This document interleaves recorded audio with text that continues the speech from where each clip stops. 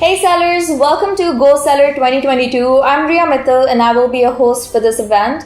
Today we are going to be talking about product sourcing and product research. So we'll start with product research and how you can source the product that you've selected. I would like to welcome everyone to GoSeller 2022. If you haven't already, make sure to register for the event.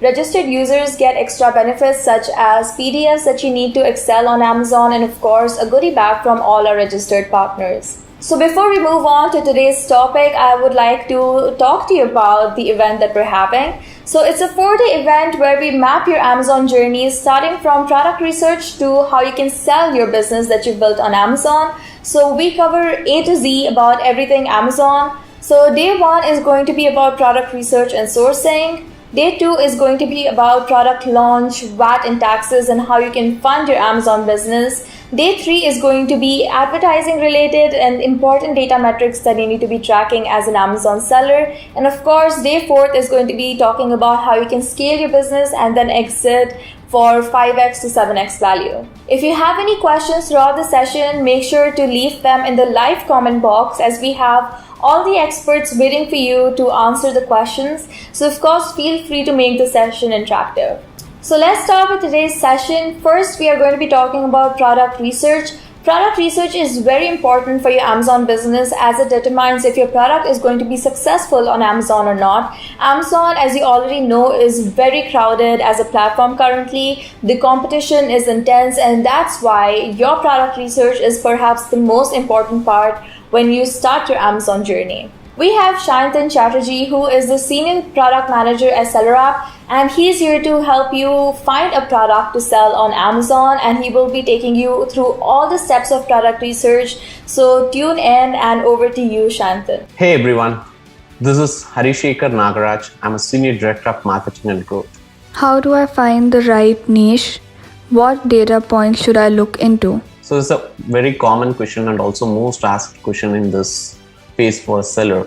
So we feel like a product needs to have a high demand and low competition, but also make sure the product is not seasonal and also not in the saturated category.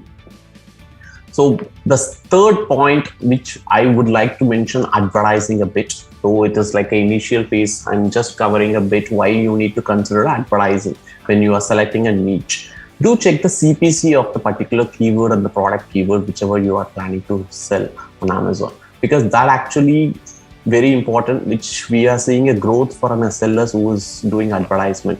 If people are not doing advertisement, it is very, very tough for them to scale on Amazon.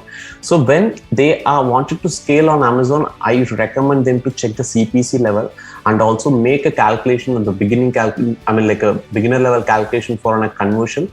Let's say if you are getting for 10 clicks, and you may going to spend at least $10, you are going to get a 2 or 3 orders average. So based on that, you do calculate your margin and also try to consider to sell through FBA. That is very, very important when you wanted to sell on Amazon, because if you are going with an FBA, you have a lot of advantages. It's not only for they will take care of your inventory and returns, and also it is good for an Amazon's ranking perspective as well. And job. The other thing which I would like to mention, do calculate the margin when you are finding a niche, what margin you are going to make it, and also calculate with your shipping and advertising and the FBA fees and any other similar charges we have in the process. And also, which we feel like a volume for the keyword volume growth, which is very important. Do check the volume, whether the volume is going up, and also how many sellers are actually selling on the particular category. That is also very important. Make sure if that sellers count is not improving and the volume is actually improving, in the sense you can feel there is a gap, you can sell it out. And also if sellers are very less, also if you have a confidence on your product with the quality or something, then you can easily eat someone share wise and you can grow on Amazon. And also other thing which I would like to mention, Amazon new releases. When you are in this phase, we would like to check you to Amazon. Okay, Amazon do have an Amazon new releases page where they will actually show you the new releases of products of Amazon and also the growth of the product, whether what rank they are into, what they made the sales, what ratings and reviews. Based on that subcategory level, you will get the data. So that will actually give a detailed view for the niche finding. And also, other than that, you can use some of the tools when you are actually finding a product on new releases, finding a category. You can use a SellerApp or Jungle Scout or Helium 10. It will save you a time. Also, some of the interesting categories we see, I'm going to add a quick tip on this before I finish this question. Some of the interesting categories on Q1 2022, we see baby and travel gadgets and home and kitchen. And also bamboo related and wine glass related products actually gets more sales in this last 4 months. So which is really good to go. And also when you are finding a niche, do check the product ratings and reviews. So because if you are finding the product, actually the quality or something can be improved with your product launch, then that is really a good, and you can easily get good sales because you can see the category level and average rating, average feedback based on the try to fix that particular point with your product launch will be really good. Why is it important to know the accurate sales volume of the product? This is really an important step. Actually, if you don't consider this step, you are self up for a failure, because when you discover your niche, you should be able to determine your product margin as well. And usually in this phase, profit margin multiplied by how many units that sell per day, that will allow you to calculate monthly profit. If the sales volume is not high enough to meet your monthly profit, then you are not able to achieve your goals. So you need to reevaluate your products which you selected or the category which you are trying to play with it. And also do try to increase your price a bit if that possible to get more profit. Otherwise, try to get a product which is for a very less cost. Okay, if that particular product that makes money, so try to get product where you can generate more profit. Profit is a key way to driving a factors for any successful business.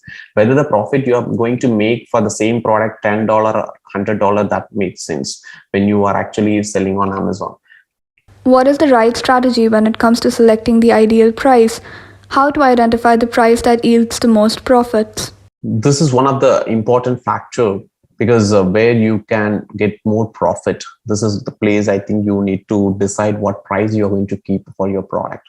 There are two ways you can keep a product pricing, either with a high profit, with a low profit.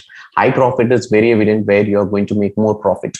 But whereas the other downside is something to get or to play with your competition is very, very tough, because you will can see other people actually have the same product with a very less pricing.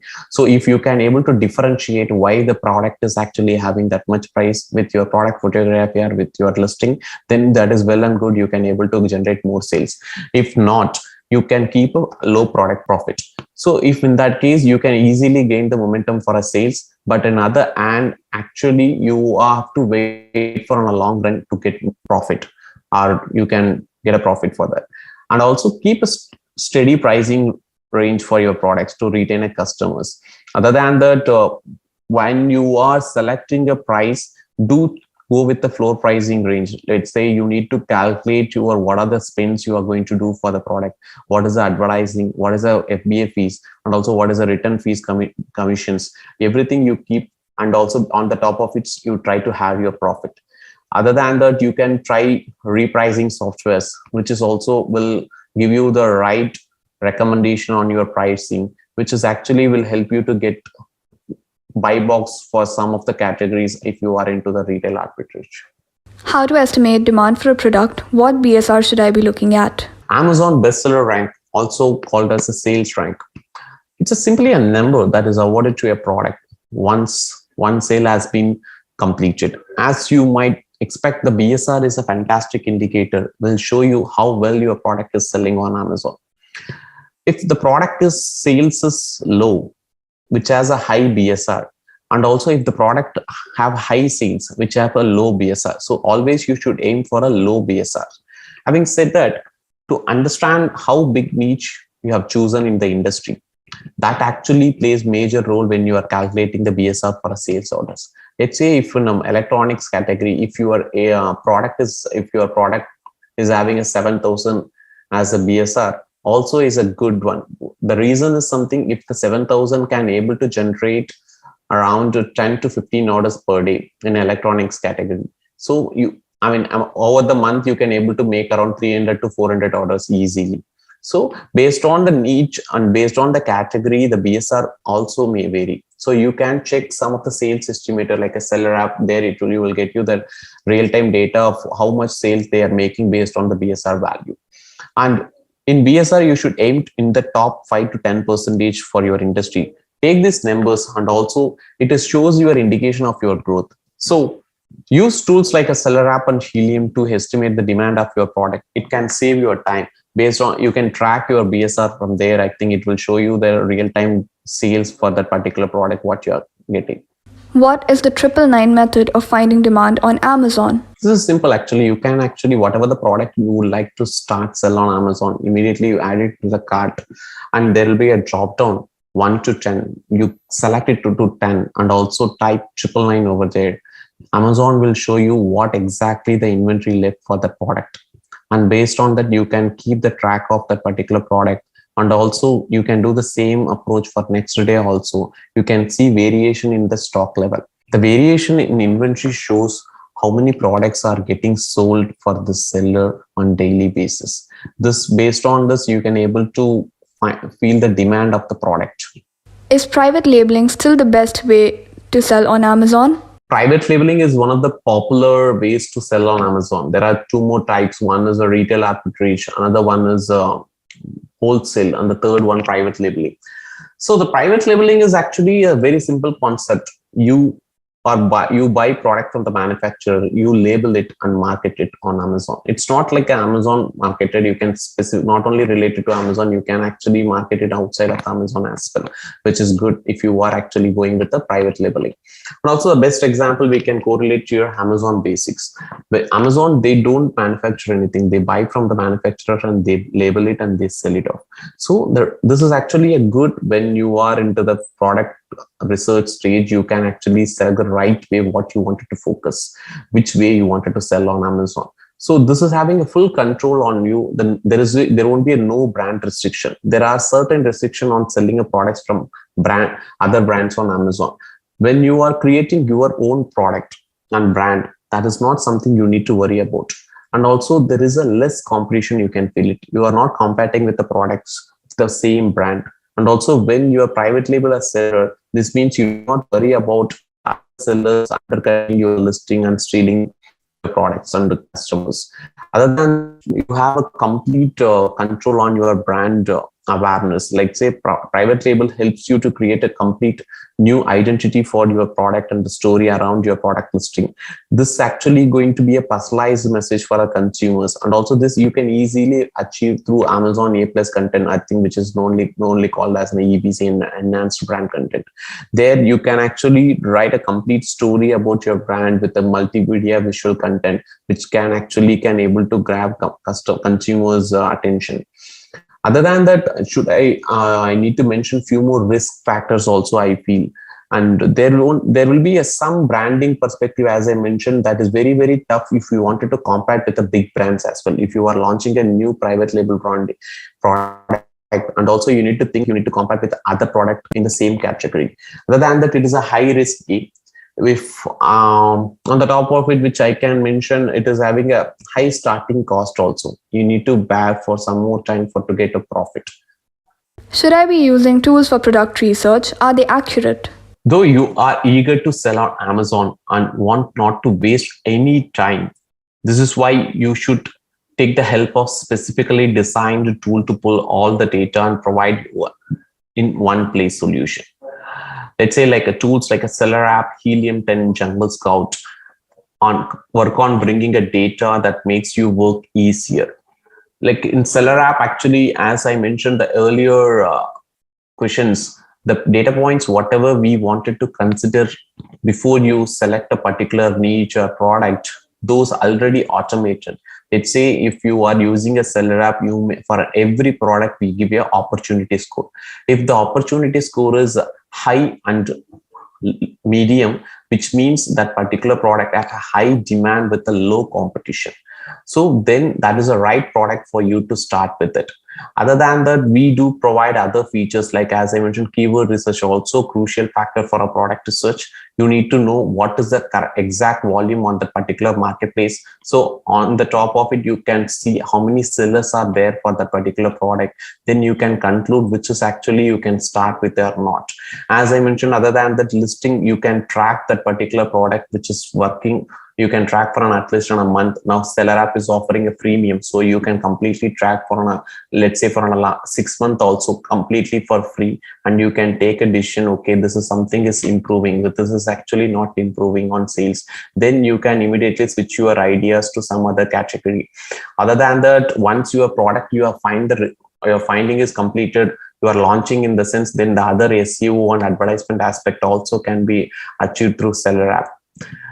That's all. Thank you, everyone.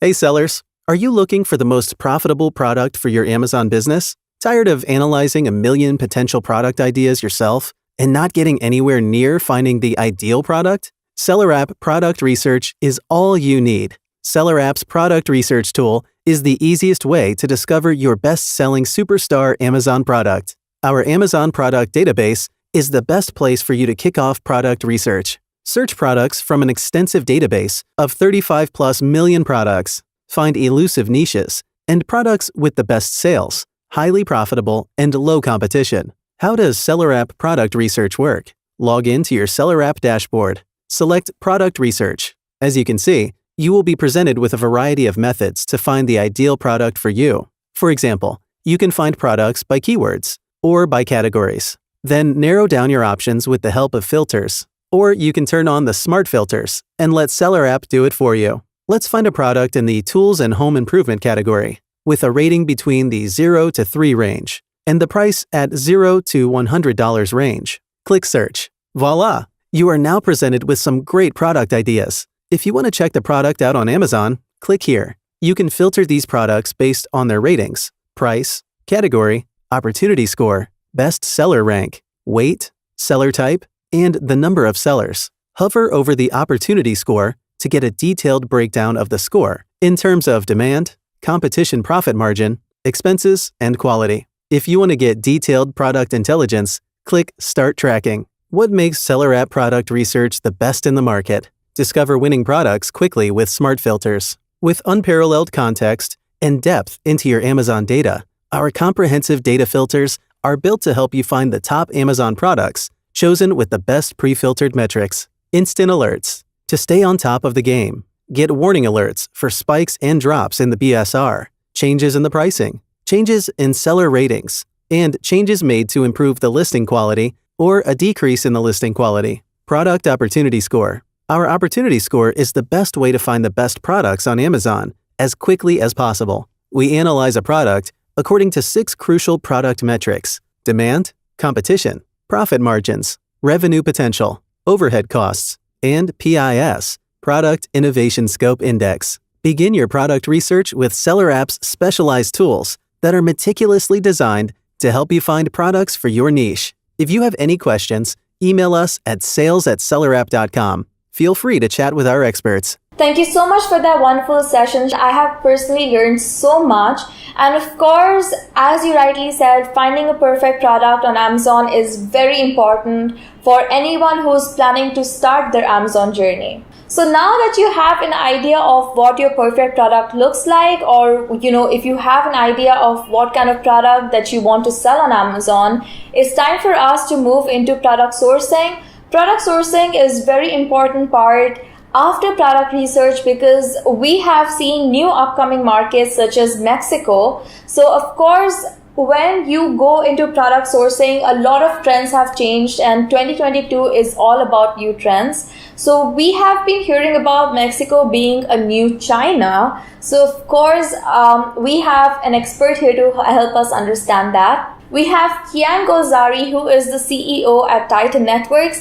He is a sourcing expert and he's here to help us understand what sourcing entails, what kind of suppliers you need, and how you can find an effective supplier. Tune in to understand if Mexico is going to be the new China. Check the comment box below for the answers. Over to you, Kian. Hey guys, how's it going? So happy to be here with GoSeller 2022. My name is Kian Golzari, and today I'm going to talk to you all about product development, sourcing, manufacturing, and how you guys can apply some actionable tips to your business to win today with everything that's going on with supply chain. So today's presentation is going to be about my 3 pillars of sourcing, which is your product, your supplier, and your price. Now, a little bit about myself. I've been living and working in China for the last 12 years.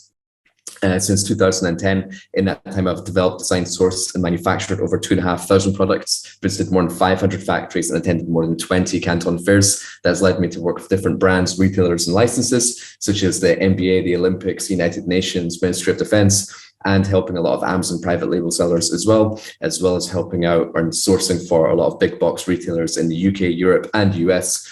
And a lot of people always ask me, well, how are you able to, source and supply for so many different companies, which are so different? And the common denominator is if you're able to source the absolute best product at the best price, at the best quality from the best factory, then you can supply anyone you want. And that's what I'm going to go over with you guys today. In the time that I have, I'm going to break it down into these 3 main topics. Now, before we get started, my absolute favorite phrase in life is proximity is power, meaning once you know what your goals are and what you want to achieve, you have to put yourself in proximity to the people or the area which is going to help you get those best results. So for example, when I wanted to really learn sourcing and manufacturing, I moved to China and I lived there for a certain amount of years. When I made it a goal of mine to supply the NBA, I moved to LA because I knew that's where the industry was, that's where the decision makers were. And I'm not saying just move around the world and, every time you want to achieve something, go live in a different part of the world. I'm saying that just by being in this event today, putting yourself in the proximity of sellers or educators or mentors who can help you achieve the results that you want, that's the main thing. So constantly just put yourself in proximity of people who have done what you want to achieve, and then learn from there, and then you'll smash your goals. Cool. So the 3 pillars of sourcing, as I said, product, supplier, and price. Obviously, there's a little bit more to it than this as well, but these are the main components that I want to cover in the time that we have today. So we're going to start with product. And a lot of people ask, well, what's your product development process? Like, I've got this idea for a product, where do I go? Or I don't have an idea for a product. How do I start going about it? So I've kind of got like a little checklist here. I don't necessarily tick off every single one each time, but here's maybe my 8 or 9 key things for product development, which I have to consider when developing any product. So the first thing is what I call self-actualizing, creating the product that you want yourself. And what I mean by that is that we've all had an idea, or we've all picked up a product where we've been like, oh, I just wish they made it like this. Or if they just had that feature, this would be so much better. And that's your trigger. That's the time when you have to be like, right, well, if that doesn't exist, let me go and create that. Because if I want it, chances are there's hundreds of thousands of other people who also want that. So that's always my first thing. Like, once I've got an idea for something and I don't see it exists, like, let's go for it. Let's push it. And then after that, are you solving a problem? And what's your unique selling proposition over the leader? I honestly don't bother with products that are like, all right, let me just make it a little bit thinner. Let me make it a little bit faster. Let me make it a little bit like a different color. I'm like, what problem am I actually solving here? And I'm going to show you a pretty cool example on the next slide. But whenever I'm developing a product, I'm asking myself, what is the function of this product? What is the outcome that whoever purchases product wants to achieve? And am I solving that problem for them? And that's something we're going to talk about shortly. Then, you might not necessarily know where to take it from there. And something I always do when I'm developing products is I create what's called like a mood board. And what I mean by that is that whatever that product may be, I'm looking at the colors that are in fashion this year, the suppliers that are available, what's going on in sustainability and packaging, and any sort of ideas I have for the product. I just save those images, like the market leaders, the brand leaders. I print those out, I stick them on the wall, and then I basically, it's like visual meditation. I can just see all those things, I connect the dots, and then that's it.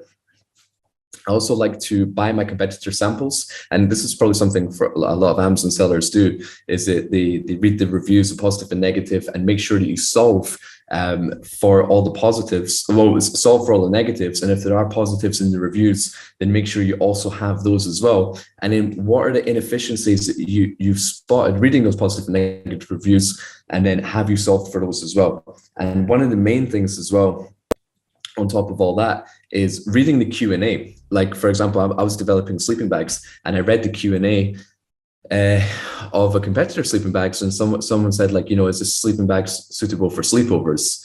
And now I'm like, well, that's a good keyword that I should put in this listing, sleeping bag for sleepovers. I'd never thought of that, but this is what customers are asking for. So just by reading the Q&A, it can give you ideas for products. And then, for example, I'm like, well, if people are using these sleeping bags now for sleepovers, what do you normally have? Well, you have your phone. So now the sleeping bag has got like a little pouch on the inside, a little Velcro pouch where you can stick your phone in it. So it's little things like that. By reading Q&A, you'll see little words that trigger you, which then you think, well, can I add that into the product development of the product as well? And on top of that, write every feature that you want to solve in this product, and either solve it by yourself or with your supplier. And we're going to talk about suppliers shortly in the presentation, but your supplier is also manufacturing this product for different brands and countries all over the world. They're supplying sleeping bags to, customers in Brazil, in Germany, in Japan. So if you're not doing it in the USA, they've been developing this product for other people. So if I'm like, hey, I've got this feature, I don't know quite how we're going to make it, but what do you suggest? They're going to come back with you to be like, all right, okay, cool. Well, we did this in Japan, we did this in Brazil, and just really have a working relationship with them, rather than being like, hey, what's your best price? What's your MOQ? It's now like, hey, I want to build this product for the long term. And, obviously your supplier is incentivized to help you with that as well, because the better product it is, the more that you're going to order, the more that you're going to sell, and then the more orders that they get as a result of it. So definitely utilize your manufacturers as well. Then you should definitely have what's called a specification sheet. You can also get similar information from a quote sheet. But when you're developing a product, you want to essentially have all the information in one place. And I'm going to show you that in the next slide as well. So I won't go into too much detail on it here as well.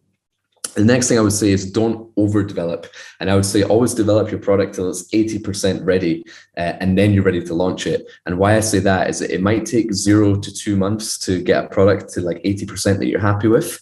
But it might take 6 to 12 months to get it from 80 to 100 to perfect it. So what I like to do is launch it when it's 80% ready, and when it's in production and when it's shipping and when it's hit the market, that's when I'm solving it to get it from 80 to 100. So if it's going to be a very popular product and you have competitors which are also going to copy your product and bring that to market, well, by the time they've copied my product and brought it to market, I've already brought out the next iteration, the better version. So I'm always one step ahead of my competition because I'm always innovating. So just be wary of that as well. And then it's really, really important to test your products. And what I mean by this is that, and again, I've got an image for this, so I'm going to show you this on the next slide. Test your products yourself. Use third-party companies to get the certification that you need, whether it's legal standards or industry standards. You've got companies like Intertech and SGS, which can give you certifications that your product is fit for purpose. And I also like to utilize influencers as well for testing the product. And why I've put it in the product development phase is that I like to give the product to an influencer before I've actually put the product into production. So I would say, hey, this is a product that I'm developing at the moment. I would love to have your input. And if they're like, well, I just wish the water bottle pouch on the side was a little bit larger, and then you actually make that change, well, when you ask them to promote it in the future, they're going to be a lot more inclined to promote it more, because they're like, hey, I was actually involved in the product development process of this product. And then they feel a lot more passionate about promoting it. And they can also give you very good tips and insights as well. And then finally, to master product development, you really have to make one item yourself. And again, I'm going to show you some cool images and explanations on this. So let's jump into the next slide. So this is kind of an example of what a specification sheet would look like. And they all look different. There's no like one format, because whether you're making an iPhone case or a popcorn machine, your specification sheet is going to look very different. But this is just for a backpack. And it's basically a one-pager to show. And I've got different tabs up there at the top, like the fabric colors, the bill of materials. Here's the design tab, what it looks like. Here's the type of zips that we're using. Here's what the front, back, and sides look like. Here's where the padding compartments look are fitted. This is the type of handle that we're using, this type of buckle that we're using. And then that's so important because every supplier is going to get the exact same information. So let's say we're doing an outdoor furniture chair and I go to Alibaba and type in outdoor furniture chair. Well, I'm getting quoted prices of what the supplier thinks I want rather than what I actually want. You know, some might quote for steel tubing, some might quote for aluminium tubing, some might quote for polyester fabric, some might quote for nylon fabric, some might be quoting 80 by 40 centimeters. Some might be quoting 60 by 30 centimeters. So it's so important to give the exact information up front, which you create on a specification sheet, and then you can give that to multiple suppliers. So now here is a quote sheet as well, where we can see like similar information, such as like the materials, the dimensions, the colors, the packaging requirements, and you might get a quote sheet from a supplier, which you can essentially take their images, take their information, copy and paste it, put it on one document, add your logo to the top, PDF it, and then make it your own. Obviously cut out the pricing and then send that out to multiple suppliers. And then that can be what you use for getting your quotes. Now, we talked about solving problems. This is a product that I developed, which was a neck pillow. And, you know, when you see the traditional U-shaped travel pillow on the left, I actually developed this with a brand in Scotland, helped them manufacture it. And, you know, traditional U-shaped travel pillows don't work. You know, you can't lean forward, you can get a sore neck either side. So what we decided to do was, well, what's the problem here? It's like people can't sleep when they're traveling on planes or trains or cars and stuff like that. So we just developed this fleece scarf. We put this like plastic mold on the inside, and then we padded that with foaming. So we can now rotate this. We can sleep on the front. We can sleep on the sides. It's got a bit of give in it. You can go adjust it to your needs, adjust it to your size. And the product price of this was very similar to the product price of the U-shaped travel pillow, but we solved the problem. And this product has sold over 1 million units. So solve a problem, create a massive opportunity for yourself as well. Okay, cool. So now we're going to talk a little bit about product usage and product testing. Highlander family business, that's where I started. And as I said, I've developed over 2,500 products. A lot of it was in camping and outdoor space. And whenever I developed an outdoor backpack suited for the hills, I was going to the hills and I was you know, climbing in that, just making sure the water bottle pouch fits, the sleeping bag fits inside. If I was developing a sleeping bag in a tent, I was sleeping in it. And even if you're just making a coffee mug, we'll drink 5 cups of hot water from it as well, to ensure that you know, the handle doesn't fall off, the paint doesn't melt, nothing on it chips. So you have to test your products yourself. Whereas I see so many people, you know, buying from one website, Alibaba, and selling on another website, Amazon, and they never actually see or feel or touch their product or use their product, and they learn about the mistakes after reading the negative reviews and getting the returns. But actually you can prevent that whole process just by testing the products yourself. And here's another example. Here's a travel bag I was developing called Veltra, and I took the same sample to the desert here in Dubai, and I was like quad biking in it in extreme heat. And the same sample I also took when I was on holiday in the Dolomites snowboarding. So I know that the same bag, the same sample can survive in very, very hot climates. The buckles aren't going to snap or melt or break. Same with the zips, same with the fabrics. And in the same cold temperatures, it also survives as well. So I know I can sleep at night knowing that whoever buys this travel bag can go snowboarding it and can go in the desert with it, and the product's going to be absolutely fine. So I'm not worried about people now buying it and going to those places and then like, am I going to get returns for this? So you have to test the product yourself. And hey, if you can't, I'm not saying like travel around the world and to test your products, although if you can, it would be great. But if you can't, remember what we talked about with influencers is that you can send a product to influencers in those environments, get their feedback, get their testing, and then you can also grab some cool images as well, which you can then use, you know, for your social media and stuff like that as well. We also talked about make one item yourself. And, you know, luckily when I went to China for the first time, the first factory I ever went to was a backpack factory. And it blew my mind because, you know, I always looked at a backpack as like one unit on a shelf in a store. But when I went to the backpack factory, I saw it in 30 different pieces. I saw the shoulder straps, the foam that goes in the shoulder straps, the webbing, the zippers, the buckles, the pullers, the inside lining, the waterproof coating. And now in my head, hey, if I've got a $15 product and I need to make it a $12 product, I've got 30 different calculations I can make in my head of how we can reduce the cost. And on the flip of that, if I need to improve the quality, I've got 30 different places I can go to be like, well, here's where we can improve the quality a little bit.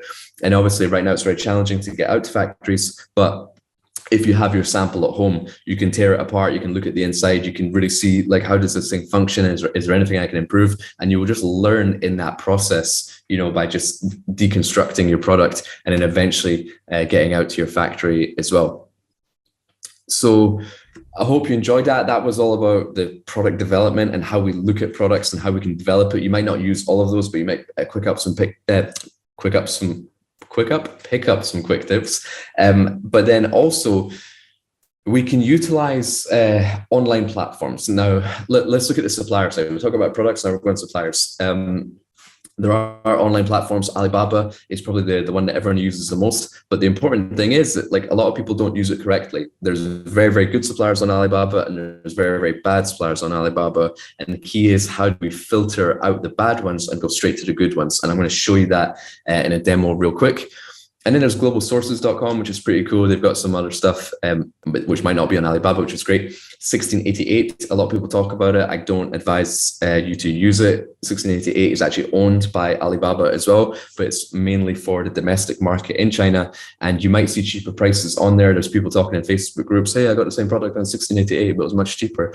Well, it's because it was for the domestic market, so it wasn't meant for export. So if you're doing any pets or kids or baby products and you need certain standards for your products, they don't have that on 1688 because they don't export the product. So the regulations are different in China than they are to the US, obviously language barriers and stuff like that. So you can go on the website and check it out and look at pricing. And if you want, screenshot that price and send it to your existing manufacturer, use it as a negotiation tool. But I would not be ordering from suppliers on 1688 for that reason. So Alibaba, how do we use it? I've made some screenshots for you here, but you know what? I think probably the best way to actually show you how to use Alibaba rather than giving you screenshots is to actually show you on a live demo. So here we go. I've just got Alibaba open here at the moment. Now, if we go to blue light blocking glasses, one of my favorite products to use, which I use every day. I've got some right here. These are little yellow tint ones. So I advise everyone to use something like that because we all stare at the screen for too long every day. So anyway, typical person would go into Alibaba, type in blue light blocking glasses. This is what I'm looking for. And as you scroll down, this one's $2, this one's 70 cents, this one's $1.28. I'm sure you'll get, $3.20, 50 cents, $3, such a wide variety. Oh, that one was $5. $5.85. So, we've got 50 cents and we've got $5, like a 10x difference in price, and all these products look the same. So we're thinking, well, which one do I go for? I don't want to go for the cheapest one. And I don't want to go for the most expensive one. Like, how do I find the balance? So the purpose of Alibaba is not to find the cheapest price. The purpose of Alibaba is to find the best suppliers. And once we find the best suppliers, that's when we're going to start to negotiate the price down. So here where you have products, you can actually switch products to suppliers and then hit search. And now I'm looking for blue light blocking glasses suppliers rather than the products. The most important button you have to click here is, so look, notice at the top, we've got 986 suppliers. Then I'm going to click verified, which means the information that the factory puts on their listing has been verified by a third party. Someone has gone into that factory, and if they say they have 50 workers, that's been verified. If they say they have, 50 lens machines, then that has been verified. So that's what I want to pay attention to. So I know that whoever I'm speaking to, what I get from that listing is completely correct. Trade assurance just means your payment is protected. So if you ask for like blue frames, then you get red frames, and Alibaba will give you a refund. Now, notice we went from like 980 suppliers and now it's 280 suppliers. So we just cut 700 suppliers just by making sure the information was verified. So we've just done a big cut in terms of the shady suppliers. Then the markets, I like to select North America and Western Europe, the same markets that I'm selling into. I also want the supplier to export to those markets so they understand about the HTS codes and about the regulations and about the what type of quality of products that customers demand. And then I like to select certification, ISO 9001, which is a quality standard, 14001, which is an environmental standard, and BSCI, which is your Business Social Compliance Initiative. And the factories might not have all of these things, but if they do, then it's great. It just basically puts them above everyone else. So we've now got 57 suppliers, and that just took 5 seconds. And, we started at 980 something. So now we've got some top suppliers. And as I scroll down this list, the main things I'm looking for is see here where it says like main products, they have to say glasses, right? I want my factory to be a glasses specialist. So here it's got optical frames, sunglasses, reading glasses, eyeglasses, sunglasses, reading glasses, optical frames, which is great, right? And that part of that filtering process puts us in line with factories which are just focusing on those core products. But if I was to look at products and I saw fidget spinner, iPhone charger, blue light blocking glasses, winter gloves, I just know that that's a random company sourcing hot products and they're not a specialist in that particular product. The next thing I'm looking at is here where it says years, and this is the number of years that factory has been on Alibaba, and I want it to be 5+ years. I don't want someone who's just jumped into Alibaba yesterday. I want someone who's been doing this for a long time. And then the next thing I'm going to check is that the first word in the company name is always the city or the province in which that factory is located. And in China, the factories tend to congregate in certain areas. So like your electronics will be made in Shenzhen, your backpacks will be made in Shenzhou. They just get together in those concentrated areas to develop certain products. And it's mainly to do with the proximity of the raw materials. But here I can see Wenzhou, Bowman, Wenzhou Flyer, Wenzhou Kangjing, Wenzhou Croesus, Wenzhou Sopao. So I know that Wenzhou is an area which specializes in glasses. But if I saw, Shanghai Optics or Beijing Optics, I know that is now an outlier. Doesn't mean I'm not going to work with them, but when I click on their listing and I look at them, I'm going to be like, well, you're not in the area which specializes it. So do you do something really special, or are you just an outlier? So this one ticks all the boxes. It's 14 years. It's in Wenzhou. Those are the main products. So now I'm just going to click on this listing to verify this is a factory I actually want to work with. And again, hover the mouse over products, and I can see optical frames, kids glasses, reading glasses, custom sunglasses. Right, great. They're specialists in glasses. Scroll down here. This is the verified information we talked about with the blue ticks. So I can see they've got 200 workers. They've got their product certifications. They've got the ISO certificate. 30% of their exports are going to North America. The other 30% are going to Europe. So great, ticks all the boxes. I can see all the machinery. That's all verified. So I could talk about this listing for 45 minutes, but I just kind of want to show you my filtering process and then what I look for on the listing once I actually find them. So these are all the screenshots that I was going to show you. So I hope you enjoyed the live demo over the screenshots. Hopefully it hits home a little bit harder.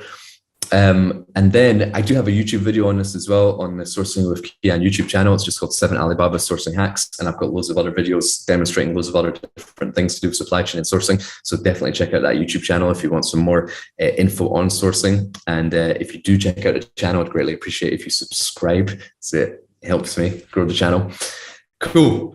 So and then again, here's a slight difference between a trading company and a factory. Trading company, it will say here what it is. They don't have any certifications. They don't have any patents. They've only got 5 to 10 people working there. But in the factory, which is verified, it's got 300 people. They've been established since 1998. They've got loads of certifications. You can see here it says manufacturer and trading company. So those are the sort of things to look out for when you look at the company information. And it's okay to work for a trading company and it's okay to work for a factory. I work with both as well. The most important thing is to understand which one you're working with, because then you know how to sort of build that relationship. So we talked about product, we talked about supplier, and now we're going to talk about price. I'm going to give you guys some quick tips and actionable advice on how you can get the best price for your products. So let's jump into it. I think I'm going to keep it to 8 tips. So the first one I'm going to go by is called a concept I call imitate and innovate. I never want to just copy someone's product, right? Just like, okay, cool, that's a great seller, right? I'm going to copy that, right? I'm going to put my logo on it. Let's go. If I see, but we all get inspired by products. So if I see a product that I like, I want to make sure that I'm innovating on top of it. And this is a product that I see in a factory or I see on Alibaba, because if I'm talking to a factory and they show me a product that they're already selling and I can make a quick change on top of it to make sure, all right, well, I'm going to sell this in the UK, so I want it to be waterproof because it rains a lot there, or I'm going to sell it in the Middle East, in Dubai, so I need to make sure it's got like, some sun protection on the product as well, something like that. So if I can innovate on top of something they've already made, it's going to make the product cheaper because it's something that, because they're already making, they know all the cutting patterns of the product. The workers are already familiar making that product.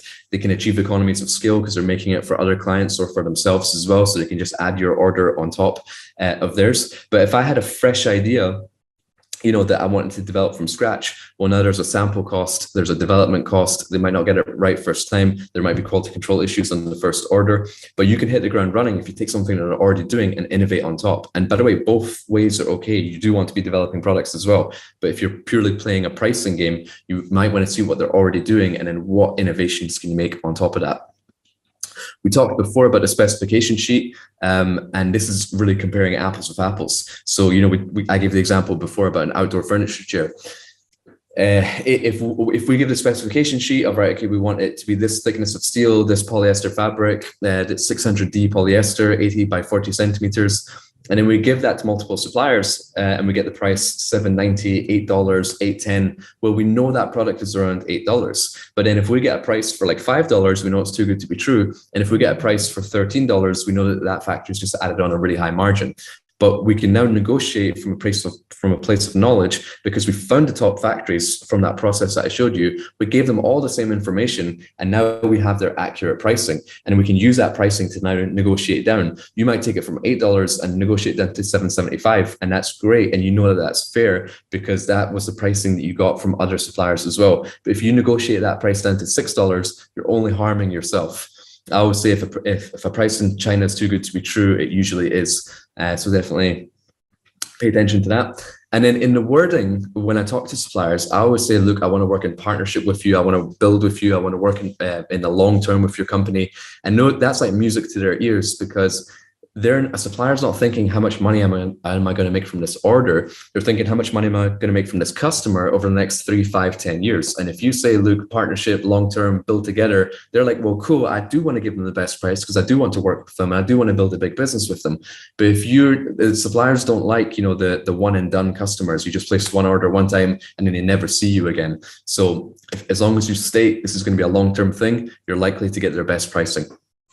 Relationships are so important. If anyone's seen much of my content before, I always preach the importance of building a relationship with your manufacturer. And while we cannot get out to China at the moment, you can build that relationship via WeChat. And WeChat is an application on your phone where you can essentially, that's basically the Chinese version of Messenger or of WhatsApp. And you can start to have conversations with the supplier and talk about, hey, what did you have for dinner last night? What did you get up to on the weekend? Oh, hey, me and my buddies went to the game. Here's some photos. I can't wait for you to come and visit Europe or USA when travel opens back up. I'm really looking forward to visiting your factory. Chinese New Year just passed. How did you guys celebrate? Was there any fireworks? Can you send me some videos? And why that's important is that now you have a conversation with the supplier in the phone. So when you need to essentially, if you have an order shipping out on the 24th of June, well, on the 23rd of June, you can call your supplier on a video call on WeChat and say like, hey, are the inspectors there? Can you just go down and show me the factory real quick? Can you show me that all the boxes are there, that everything's packed and sealed? Can you show me it getting loaded into the container? So now you have eyes and ears in the factory because we built that relationship via WeChat. So highly, highly recommend building relationships. And then choose your partner wisely. And what I mean by that is that we're going to be in this for a while, right? Some of my suppliers are my best friends, and I go on holiday with them. I've attended their weddings. When I lived in Scotland, they used to come over there and hang out with me. So if you're going to be talking to someone every day, it's best to be someone that you actually get along with.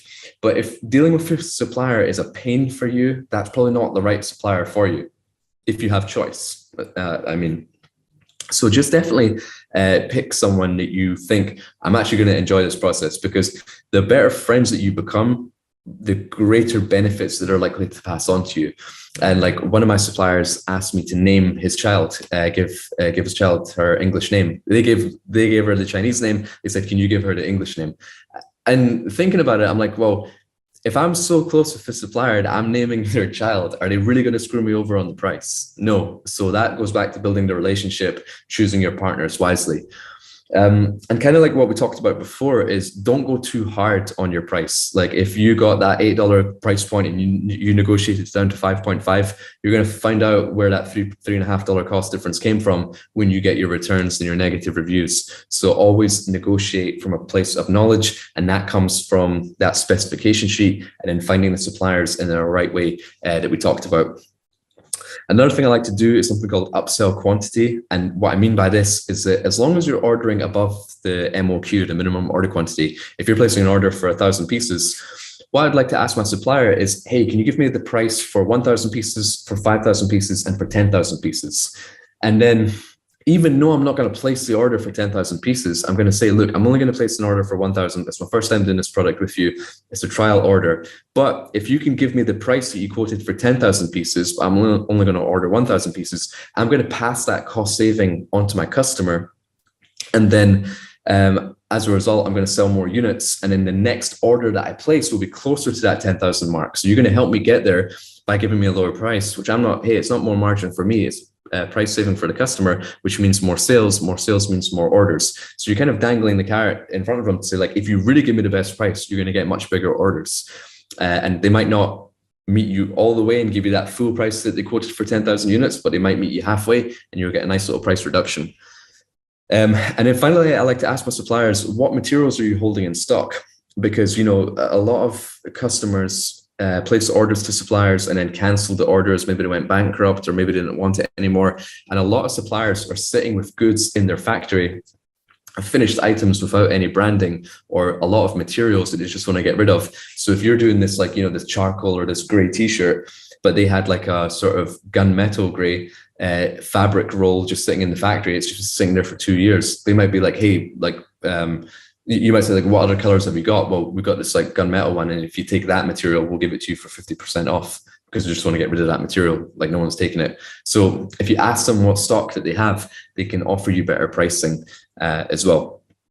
So we covered product, we covered supplier, we covered price. PSP, I guess that's my new I don't even know what it's called. PSP. Yeah, cool. So I hope you enjoyed that. You can head to titansourcing.com if you want to submit any quotation requests.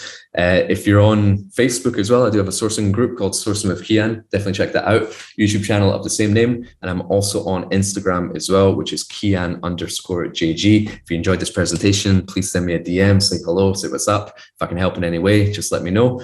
And I hope you enjoyed this presentation. And GoSeller, thank you very much for having me. Thank you very much. Take care, and I'll see you guys soon.